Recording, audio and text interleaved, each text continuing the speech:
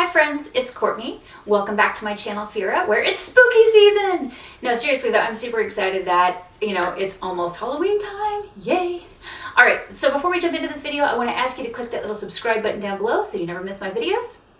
Once you've done that, we can go ahead and get started. So today's video is a little bit of a rant because I want to talk to you about why pressed pigment is code in the USA. So in case you don't know, because I think most makeup lovers actually do not know this, when you see pressed pigment on an eyeshadow palette, what it generally means is the colors in this palette have been approved for use on the face, but not on the eyes. So that's why I say pressed pigment is code. So normally with these pressed pigment palettes, these ingredients are approved for use around the eye or on the eyes in the EU, but not here in the USA. Now, the reason for this is because the EU's equivalent to the FDA is more progressive, they're not as overworked as the USA FDA is, and they're not understaffed or underfunded. So I think it's rather disingenuous of these companies here in the USA to use the phrase pressed pigments instead of saying those colors are not approved for use around the eyes, they're just safe for the face. And it really bothers me, and it bothers many of you too, because I recently blogged about this in my Anastasia Beverly Hills Alyssa Edwards palette look. I bitched about pressed pigments being code a little bit, and you guys felt the same way and chimed right in. And plus I got emails from you guys, so that's why I knew it was really something that was on your mind too.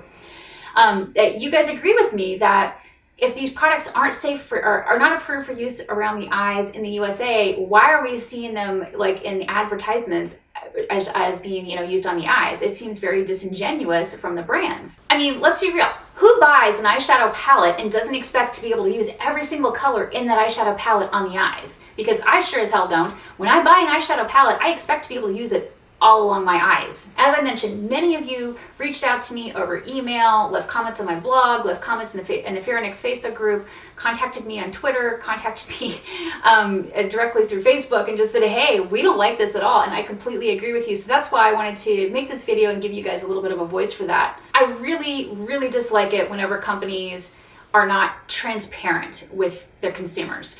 And I feel like in situations like this, when you're going to have a product that's not approved for use on the eyes in the USA, I feel like it needs to say that on Sephora's website, on the brand's website. It needs to be very obvious, any place that you're going to go to purchase it, that that's the case.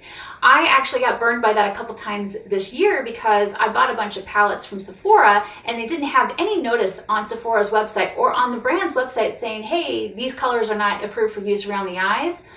This happened with the Huda Beauty Neon Obsessions palette. I think it happened with the Lorac Neon Lights palette.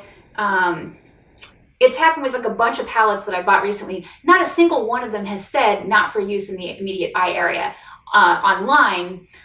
And so, actually, no, I take it back. There's one palette I've seen recently that actually had it done sort of right. So the Lime Crime Venus Vivid palette was sort of right. They basically had it set up so that it says under ingredients, these are the ones for your face, these are the ones for the eyes. Now, it doesn't say the ones that are for the face can't be used on the eyes, but when you get the box itself on the packaging, it says not intended for use in the eye area. So Lime Crime's the closest I've seen to doing it right. And that was both on Ulta's website and on Lime Crime's website. But like for the Huda Beauty palettes that I mentioned, didn't see anything like that. It was just really irritating. And obviously on the Anastasia Beverly Hills Alyssa Edwards palette, didn't see any warning about it either. Not good. So why are these ingredients considered eye safe in the EU but not eye safe in the USA? As I mentioned, the FDA here in the USA is overworked, understaffed, underfunded, and just incredibly behind. They haven't changed much since 2012 when I contacted them about the issue of glitter and neons in cosmetics. So think about that. It's 2019, almost 2020, and they haven't changed much since 2012. That's growth at a snail's pace. So clearly they need more money, more funding, more employees to be progressive, and they're just not, because it's not a priority of the government of the United States. They just don't care. So I will put links in the description box below, but you can see like the US FDA website does actually have pages that tell you like the list of approved color additives. It has a page about neon and novelty cosmetics, and it has a petition form. So if you want to add an ingredient to get an ingredient approved, it has a petition form for that.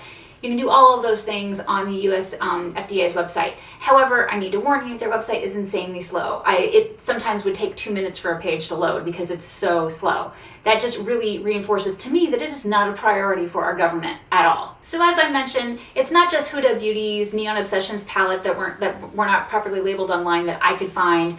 The Anastasia Beverly Hills Alyssa Edwards palette was like this. The Lorac Neon Lights palette was like this. There have been a ton of palettes that have been like this. I do think that I recently saw the Melt Radioactive palette might have been labeled correctly, or it might have said, you know, certain colors are not for use around the eyes. But it just bugs me because how hard is it for a brand to make sure that their palette that is correct online, so that somebody who is shopping online like me knows that information before they get the palette in their hands. As somebody who almost exclusively shops online, because this is me, I do like 95% of my shopping online, I expect to have all of the relevant information about a product right there before I make a purchase. So if it's an eyeshadow palette that isn't approved for use around the eyes, I want to know that before I buy it so that maybe I don't buy it or maybe I buy something else. So another question that came up is, are pressed pigments dangerous? And to be honest with you, it's not that they're inherently dangerous. The difference between a pressed pigment that's in the EU versus one here in the USA can be nothing. It can be the same ingredients listing. They are often what I personally refer to as an unfinished eyeshadow formula, because if you are into indie makeup like I am, one of the things you see with loose pigments is that people will add like bases to them, like carnauba wax and stuff, to make them have like slip and blendability. It's not just plain mica or plain pigment, because just plain mica or plain pigment isn't really going to adhere to your skin that well. So it's not really what I would consider a finished product. So that's why I tend to like look down my nose a little bit at pressed pigments, because they're not as easy to work with. They don't have a good formula. They're not as easy to blend out. I just don't think that they're that user friendly for a lot of people. So these sort of colors that are not approved for use in the USA are basically just more likely to leave staining on your skin and around the eyes and cause irritation. Those are like the really big concerns with them. I have never had a problem with like my Urban Decay Electric palette. No problem with those colors, even though they did cause staining. I didn't have problems with the Melt Cosmetics Radioactive stack when I bought it. I tested each color individually to make sure I wouldn't have a reaction, and it was fine. But I did get a lot of staining. So one of the other questions I've been asked is, can an FDA-approved ingredient cause a reaction? And the answer is yes. Many, many years ago, I think it was like 8 or 9 years ago, I had a reaction to one of the Stila paint pots that were kind of like the MAC paint pots. And basically I had a reaction to a specific type of mica in it. It caused severe skin irritation under my eyes. Like my skin was sloughing off. It was like red and irritated and just painful, and it was awful. But it was an FDA approved ingredient. It's not that they used something bad. I just happened to have a bad reaction to that specific ingredient. So yeah, ultimately for me, just like with animal testing, I expect brands to be transparent and honest with their customers. So to me, that means if you're going to be using ingredients in your product that aren't approved for use on the eyes in the USA, please just say that on the website so that people who shop online like me don't buy it, or they can buy something else. I want to be able to make an informed decision, as many of you do too. I know that that has been a big issue for a lot of people in the Phyrra Facebook group, is you want to make an informed decision before you buy a product. I just think it's horrible that it's usually only in the fine print that I can barely read on the side of the box, because I'm 41 years old. My eyes can't read that little fine print. It needs to be very clear. Make it very clear. Look, at the end of the day, I love neon colors very clearly. I'm wearing like a neon bright orange thing. I have like a lot of neon palettes because I love brights. I like to wear bright colors and I think they're fun. Do other people like neons? Obviously, or else there wouldn't be so many neon palettes that are out there. But I really do feel like it is ultimately up to, I do feel that it is the brand's responsibility and the retailer's responsibility to make it very clear to people who are purchasing, if something is a pressed pigment palette, for example, that this is a pressed pigment palette and that these ingredients are not approved for use around the eyes in the USA. Just make it clear. Make it very clear and easy so people get that, because there's so much confusion on that. All right, so the last thing is, what bright eyeshadow palettes do I recommend if you are wanting some neon bright colors? Number one, I recommend the Viseart Bright Editorial Palette, because it is a gorgeous bright rainbow palette that has a lot of just killer shades, and I love it for cosplay. Number two, Sugar Pill eyeshadow singles. Sugar Pill eyeshadows are great. Some of them cause staining, but they're all approved for use on the eyes. It says on their website. So, that's a great option. If you still have the Urban Decay Electric palette, that palette is badass. I love it. you should play with that. It is great. The Melt Radioactive palette that just came out, I bought that. It is beautiful. I have the Melt Radioactive Stack too. That's another great neon product. The Lime Crime Venus Vivid palette is really pretty. Haven't had a chance to do a look with it yet, so I can't speak to how it works on the eyes, but I can tell you it swatches beautifully, and I like the Lime Crime eyeshadow formula. But those are the brights I would look at.